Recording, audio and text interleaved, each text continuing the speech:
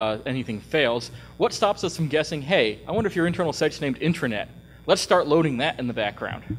Yeah, nothing stops us from doing that. How about I cache some JavaScript for the intranet URL in your browser that, when you log in over the VPN, loads the cache stuff, then crawls the DOM of all your intranet pages over AJAX and ships them all off to me outside the company. Or just rewrites all your DOM so all your login forms proxy outside your company first. Sure, you go to log in and it fails, but I have your password. Browsers are great. They cache everything, because the speed of the user experience is the biggest problem.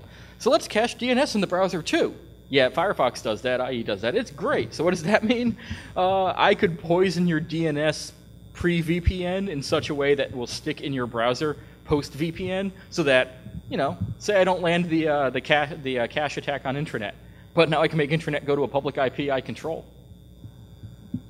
Sure, you might not attempt to go to it before you load your VPN, but it'll still work anyway. So what else has cache? Fun fact, Flash maintains its own cache. Even when you clear the browser cache, your Flash cache is probably still kicking around. Trust me, it's cool. Flash file. So, you know, got mobile convergence now. So we're all set, right? We're safe. We can just use our iPhones. Smartphones are really just general purpose computers. They're running Safari and Firefox and WebKit. They've got lower bandwidth networks. What does that imply? That implies your iPhone and your Android phone are really, really happy to cache data because they don't want to use your cell plan. Of course, they're all on cell networks, right? So you can just use 3G. You'll be perfectly safe. You can't see me on 3G. Okay, yeah. In most cases, you're right. You can't sniff 3G. Normal people can't. So that's true, but, you know, not like there'd ever be any problems with 3G service that would cause you to go back to Wi-Fi. I mean, it's always reliable. Besides, smartphone users are used to going to Wi-Fi. You might even prefer it. You got lower power requirements, more speed, you don't have your cell phone data limits. Besides, why not help them along? No, of course you shouldn't order this from Taiwan. That would be illegal, and someone trying to own your company would never do something illegal for $26.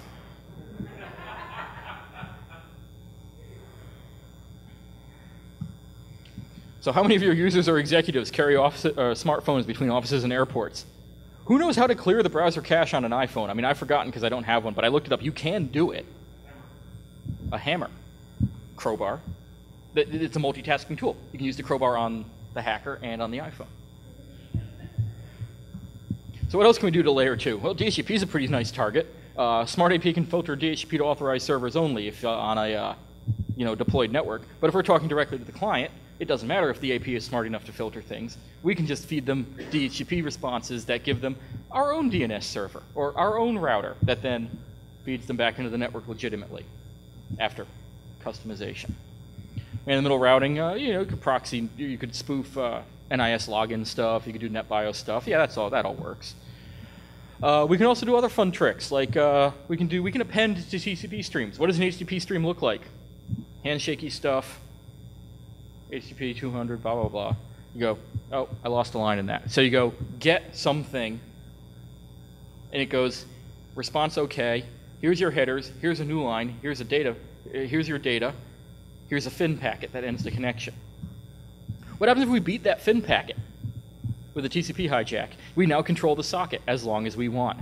Fun fact, Firefox and IE really don't care if the HTTP content length header doesn't match how much data they read.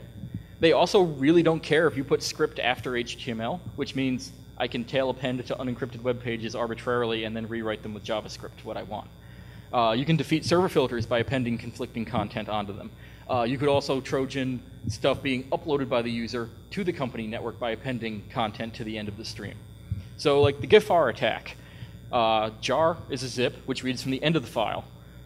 GIF is an image, which reads from the front of the file. You can cat the two of them together. It looks like a GIF. It displays like a GIF. It unzips like a jar. The exact behavior on how that's going to work depends on the browser, but it means we can sneak interesting content in that your browser may interpret in ways you didn't expect and that the remote site didn't expect. Beating the FIN is really hard to do. It only works about 8% of the time. It makes HTTP 1.1 with multiple requests per TCP session really, really mad at you because it all kind of falls apart and then it hangs. But it's okay, and we can't control the caching. But still, for work sometimes, 8%, that's not a bad return for just sitting there letting a script run. So, but I'm encrypted. Yeah, that's nice. Lorcon doesn't support injecting on WEP or WPA yet. It will. WEP is trivial. One key is used for every user on the network. WPA is slightly less trivial, but WPA PSK with a known PSK is no good. Lots of cons do this. They go, it's WPA, it's good. Well, it's better than WEP. We'll leave it at better than WEP. So it uses one shared secret, used a computer per user key on join, which is great, except if we know the PSK, we watch the user join, and we watch the secrets exchange, and we know how the secrets exchange was built. The only reason it's really still okay is because there's no tools that do it yet, so hopefully that'll get fixed. So future plans with that, better Metasploit integration, so all the other layer 2 hijacking stuff that's in Metasploit for wired stuff, we can move right over. Dynamic content generation based on target. It's Ruby. Let's leverage the fact that we can dynamically create custom exploits for whatever they're trying to load and integrate it with browser autopwn. There's also with Lorcon lots of opportunities for fuzzing. There's already a semi-continual flow of driver bugs. They dried up for a little bit, but I think they're going to show up again because for some reason people think, oh, the spec says it's only 32 bytes for the network name. No one would ever send more than 32 bytes in that field that supports 256, right? 802.11 is just getting nastier and nastier with variable length nested fields. So you've got beacons with variable length tagged fields that contain headers that then define variable length tagged fields in a tagged field. Are we 3 layers down yet, Josh? Yeah. So if we're not there yet, we will be soon. That there's a tagged field and a tagged field that has tagged fields inside of it that are variable length arbitrary data. It's great. The Lorcon packet forge code really simplifies packet building. You can just kind of go add this, add this, add this, add this, add this, turn it into a bunch of RAM, and you get back a struct. That's your 802.11 packet for injection. It's really super hard to detect these attacks because I'm not spoofing an AP. Most IDS systems go, I've seen 14 beacons. There's one AP, and I know it only beacons 10 times a second. What's going on? Or that's a MAC address I don't control. Why is it acting like my network? Or why is that signal strength all wacky? That AP isn't where it looks like it is. What's going on? Etc. So to spot these attacks, the IDS system has to know every packet being sent on the network to be able to spot 10 data packets that it didn't originate. And it must be able to see the packet in the air because you're going from your Wi-Fi card to their Wi-Fi card, completely bypassing the network. So that assumes the IDS can even see it. How about I take a highly directional Yagi and set my card to 1 milliwatt and sit over there and aim it at Nick. An AP over there isn't going to see it because it's whisper quiet. The IDS has no chance for wireless. The wired IDS is never even going to see the packets. They might see some of the results of, oh, there was a stray fin that came through, but they don't know. Clients suck. Clients freak out all the time and drop connections. So I don't think one fin packet is going to be spottable by a wired IDS on a large network. So we've more or less figured out how to defend access points. It's really impossible to defend clients when they go wandering off into the world on insecure access points. So if you're using an open network, sites you think you trust, you can't. Spiked attacks will stay resident in your browser.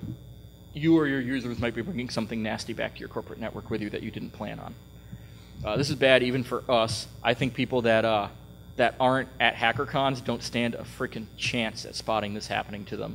You may already be screwed. I said this would be depressing. I've ruined open Wi-Fi for myself. I can't play on Wi-Fi anymore.